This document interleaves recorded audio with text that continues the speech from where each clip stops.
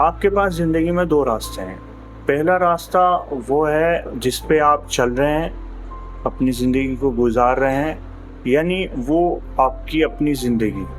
और दूसरा रास्ता वो है जिसके आपने कभी ख्वाब देखे थे, आपने सपना देखा था कि हाँ, मैं इस तरीके से अपनी ज़िंदगी को गुज़ारूँगा। यानी आपके ख्वाबों की ज़िंदगी, जहाँ आपके पास हर दुनियावी आशाइश मौजूद हैं, चाहे वो घर हो, गाड़ी हो या फाइनेंशियल फ्रीडम। तो हमारे पास ज़िंदगी में 2 ही फ़ेज़ ऐसे आते हैं, हमारी ज़िंदगी में 2 ही फ़ेज़ ऐसे आते हैं। जो पहला फ़ेज़ होता है जब हम वो ख्वाबों की तामीर कर रहे होते हैं, यानी उन ख्वाबों को बना रहे होते हैं कि हाँ, मेरी पर्सनैलिटी यानी मेरा व्यक्तित्व ज़िंदगी में ऐसा होगा, मेरा घर ऐसा होगा, मेरी कार ऐसी होगी, या फिर मैं इस तरीके से अपनी ज़िंदगी गुज़ारूँगा। लेकिन हमारा दिमाग वो सब चीज़ें जो हैं हमें वो फ्यूचर में दिखा देता है, कि उसे प्रोजेक्ट करता है कि हाँ, फ्यूचर में हमें इस तरीके से बनना है। लेकिन जो दूसरा फ़ेज़ आता है, जिसे मैं मोस्ट ब्रूटल फ़ेज़ कहूँगा, जब वो डेडलाइन पूरी हो जाती है, यानी वो जो हमारे दिमाग ने उसकी लिमिट सेट की थी कि हाँ, इस वक्त तक मुझे ऐसा बनना है, वो फिनिश हो गई। अब ज़िंदगी तो हम वही जी रहे हैं जो पहले से जीते आए हैं। तो अब जो मोस्ट ब्रूटल फेज़ जिसे मैं कहता हूँ वो स्टार्ट होगा। इंसान अपनी काबिलियत को टटोलेगा कि हाँ, मैं काबिल भी हूँ या नहीं हूँ, और फिर वो कोशिश करना शुरू कर, यानी जो चीज़ें उसे पानी हैं उनके लिए वो कोशिश करेगा, यानी उस दूसरे रास्ते पे चलने की जिसका कभी उसने सपना अपने मन में बनाया था। तो जब वो दूसरे रास्ते पर चलने की कोशिश करता है तो उसके सामने परेशानियाँ आती हैं, यानी उस लाइफ को पाने की कोशिश करना जो उसने ख्वाबों में कभी देखी थी। जब उसके सामने वो कठिनाई आती है, परेशानी आती है नए काम करने की, तो वो फिर से अपनी पुरानी ज़िंदगी में लौटकर आ जाता है। ऐसा क्यों होता है? कठिनाइयों के कारण या फिर उन परेशानियों के कारण जो नई ज़िंदगी यानी उस आर्थिक स्वतंत्रता को प्राप्त करने की जो प्रारंभिक कठिनाई है, उससे वो डर कर वापस आ जाता है, वो उसे पा नहीं पाता, यानी पहला फेलियर। तो जब वो वहाँ से लौट रहा होता है या फिर वो उस ज़िंदगी को छोड़कर अपनी पुरानी जो ज़िंदगी है, जो उसकी अपनी सुविधाओं भरी ज़िंदगी है, उसमें लौट रहा होता है, ऐसा लगता है जैसे कोई मैग्नेटिक पावर उसे खींच रही हो कि यार, इससे अच्छा तो मैं पुरानी ज़िंदगी में ठीक था, वही नौकरी कर लूँगा जो पहले मैं करता था, वही तरीके अपना लूँगा ज़िंदगी जीने के, यानी कम खर्च वाले। तो जब वो लौट कर आता है तो ऐसा लगता है कि वो उसे मैग्नेटिक पावर उसे खींच रही है, यानी वहाँ चलने की बजाय वो उधर की तरफ को चलना शुरू हो जाता है। ऐसा कई बार होता है और फिर इंसान अपनी हिम्मत हार देता है कि यार, पुरानी ही ज़िंदगी सही है जिसमें मैं जी रहा हूँ और जिसमें मैं जीता चला आया हूँ। तो इसी जो मैग्नेटिक बार बार जो खिंचाव भरा ये प्रोसेस है, इसे मैं इनविजिबल फोर्स का नाम देता हूँ। और ये इनविजिबल फोर्स कहाँ से जागृत होती है या कहाँ से इसका उद्गम है, ये समझने का प्रयास करें। तो फिर ये इनविजिबल फोर्स जो है वो है क्या? माइंड मैकेनिज्म की दुनिया में इसे हम रेजिस्टेंस का नाम देते हैं। तो रेजिस्टेंस जो है वो आखिर में होता क्या है और काम किस तरीके से करता है, इसे हम एक साधारण से उदाहरण से समझते हैं। मान लीजिए कोई व्यक्ति जो मोटरसाइकिल चलाना चाहता है, तो वो जब फर्स्ट टाइम मोटरसाइकिल पे बैठता है तो उसका जो कॉन्शियस ब्रेन है वो सारी चीज़ों को एनालाइज करता है, यानी उसका क्लच, गियर और उसका जो बैलेंस है उन सबको स्कैन करके इसकी एक मेमोरी बनाता है। फिर अगली बार जब वो सेकेंड टाइम उस पर बैठेगा तो उसके लिए वो आसान हो जाएगा, यानी उसकी जो पहली एनर्जी उसे स्कैनिंग करने में लगी थी, अब दूसरी बार वो नहीं लगेगी। जब तीसरी बार होगा तो जो रिजल्ट होंगे वो कुछ और होंगे, और चौथी बार कुछ और जब वो बार बार उसे रिपीट करेगा तो वो एक फिर बढ़िया मोटरसाइकिल चलाने वाला ड्राइवर बन जाएगा, बढ़िया मोटरसाइकिल चलाने वाला बन जाएगा। तो माइंड ने क्या किया, जो हमारे कॉन्शियस माइंड का काम है, वो जो हमारे 5 सेंसेस है उनसे इंफॉर्मेशन आती है उसे स्कैन करता है, और स्कैन करके हमारे सबकॉन्शियस माइंड को ट्रांसफ़र कर देता है। सबकॉन्शियस माइंड का काम है उसे स्टोर रखना और ज़रूरत पड़ने पर हमें जो है वो ला कर देना, और बार बार रिपीटिव एक्शन को ऑटोमेट कर देना, यानी फिर आपको ज़रूरत नहीं है। और ये सारी चीज़ों में होता है, चाहे वो आपका खाना खाना हो, आपके घर का रास्ता हो, और अदर चीज़ जो भी हैं वो हमारे ऑटोमेट करके दे देता है। इससे एनर्जी सेव होती है और कॉन्शियस माइंड को टाइम मिलता है नई नई चीज़ों को स्कैन करने का।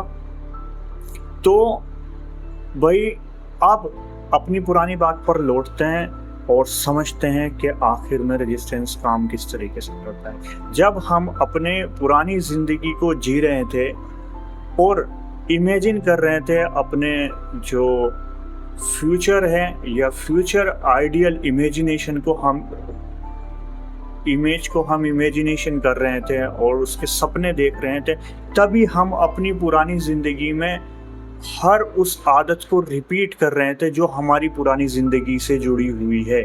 यानी हमारे ब्रेन ने हर उस आदत को जो अभी हम कंफर्ट जोन में है उसको ऑटोमेट कर दिया। यानी हमारे ब्रेन ने जो हमारा पहला रास्ता है उसे एक पक्की सड़क और कंफर्ट जोन बना दिया, और जो हम नया काम करना चाहते थे उसको वैसा ही रहने दिया। यानी वो सिर्फ हमारी इमेजिनेशन में है, वो एक कच्ची सड़क है।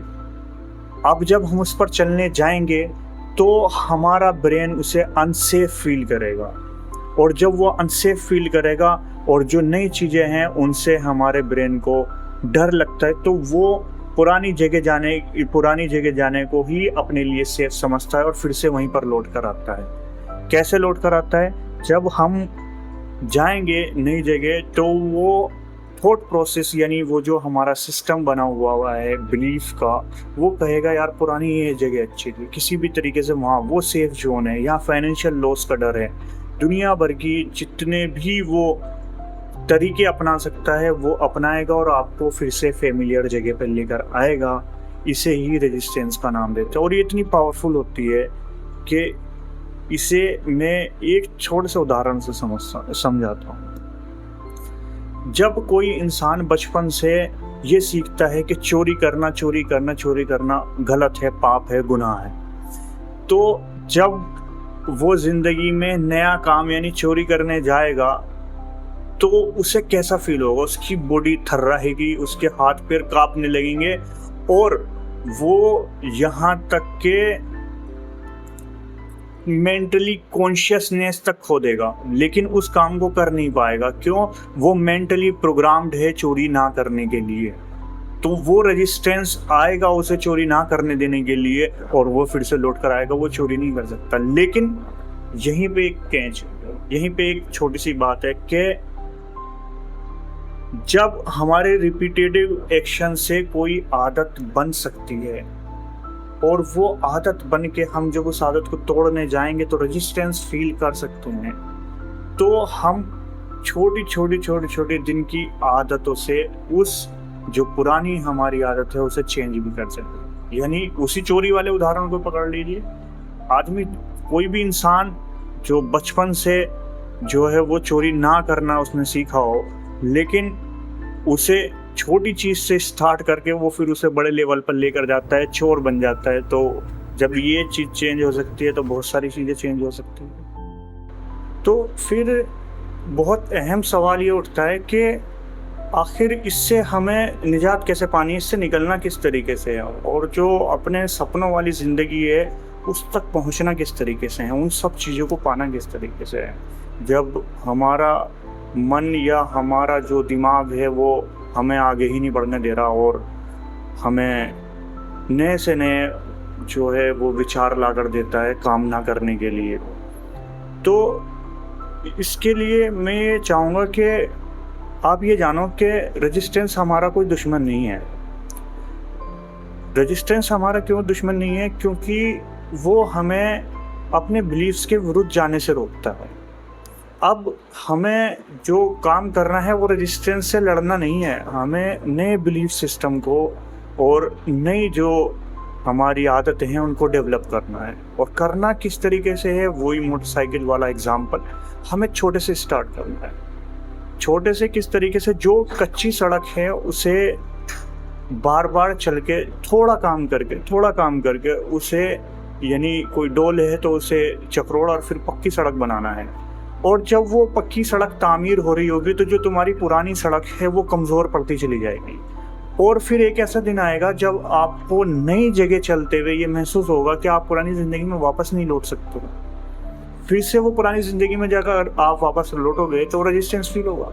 तो रेजिस्टेंस एक बहुत अच्छी चीज़ है अगर उसका सही जगह आप मेंटली उसे प्रोग्राम कर पाए तो।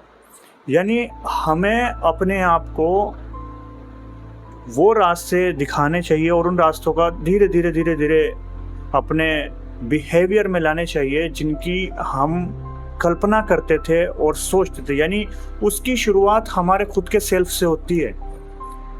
हमें जो पुरानी सड़क है उसको अगर छोड़ना है, वो इतनी 10 साल से 5 साल से इतनी पक्की हो चुकी है कि हम उसे एक बार में तोड़कर, यानी सिंगल में क्रश करके वापस दूसरी पे लाइन पर नहीं आ सकते।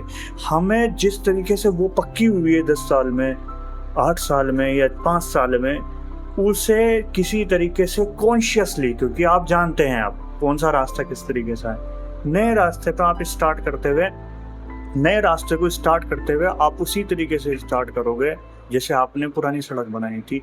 उसका जो तरीका है वो स्मॉल चीज़ें शुरू करके, यानी आप कोई किताब लिखना चाहते हैं तो पूरा किताब माइंड में नहीं, पूरी सड़क माइंड में नहीं, लाइन लिखिए। तो जब आप लाइन लिखेंगे ना तो दिमाग को ये सिग्नल नहीं जाएगा कि हाँ कुछ ऐसा हो रहा है जिससे मैं अनसेफ फील करूँ या फिर मेरे लिए वो डेंजरस है, तो वो ज़्यादा रिएक्शन नहीं देगा और वो काम भी हो जाएगा आपका। लेकिन एक सिग्नल चला जाएगा, हाँ मैंने एक लाइन लिखी है, और वो रिमेंबर रहेगा। जब अगले दिन आप दूसरी लाइन लिखेंगे तो फिर वो थोड़ा सा कि हाँ मैं किसी चीज़ पे काम कर रहा हूँ लेकिन वो मेरे लिए डेंजरस नहीं है। अगले दिन और बढ़ा दो, पैराग्राफ लिखो पूरा। अगर ब्रेन तुम्हारे साथ खेल रहा है तुम उसके साथ खेलो, क्योंकि तुमने अब क्रिएटिव प्रोसेस को जान लिया है कि किस तरीके से होगा ये काम, और अपने मन को किस तरीके से मनाना है या उसे किस तरीके से प्रोग्राम करना है, तो उसी तरीके से करेंगे ना हम। भाई लाइन लिखो, फिर उसके बाद दूसरी लाइन लिखो। मन को भी, माइंड को भी पता नहीं चलना चाहिए कि असल में हो क्या रहा है। तीसरे दिन पैराग्राफ लिख दो, चौथे दिन लिखो। तो इस तरीके से हैबिट जब तुम डेवलप करोगे 21 दिन में, वो तुम्हारी जो पुरानी इमेज थी वो थोड़ी धुंधली पड़ेगी और नई इमेज को मजबूती मिलेगी। हाँ मैं एक राइटर हूँ।